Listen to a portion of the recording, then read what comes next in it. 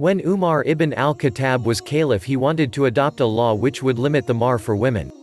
So one day Umar delivered a khutbah and said, "Do not give more than 40 uqiyas in dowries to women, even if she is the daughter of Du al-Qissa, i.e., Yazid ibn al-Husayn. Whoever gives more than that, I will seize the extra amount and put it in the Bayt ul-Mal." A woman objected to that and said, "You do not have the right to do that." Umar asked, "Why not?"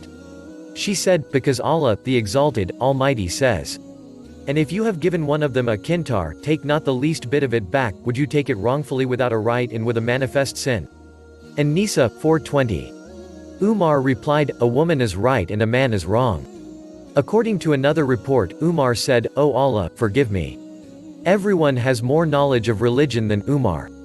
Then he went back and ascended the minbar and said, "O people, I used to forbid you to give women more than 400 dirhams in their dowries, but now whatever anyone wants to give of his wealth of his own accord, let him do so.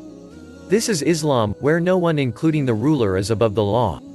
The caliph is not a lawmaker, but is restricted by the legislative arm of the state, which is the Sharia."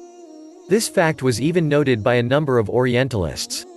C.A. Nalino said, "But these universal monarchs of Islam, just like all other Muslim sovereigns, while they possess to an unlimited degree executive power and some judicial power, are entirely lacking in legislative power, because legislation properly so called can only be the divine law itself, the Sharia, of which the ulama, or doctors, are alone the interpreters."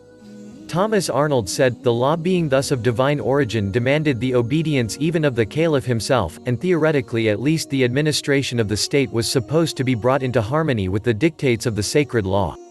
It is true that by theory the caliph could be a mujtahid, that is an authority on law, but the legal decisions of a mujtahid are limited to interpretation of the law in its application to such particular problems as may from time to time arise, and he is thus in no sense a creator of new legislation. In the Islamic State, any law which the caliph or his wazirs or governors want to introduce will be scrutinized by the Mahkamat ul-Mazalim and also by the Sharia Committee of the Majlis ul-Umma, which contains the prominent ulema, both men and women, of the state. This is what happened when the believing woman stood up and accounted Umar.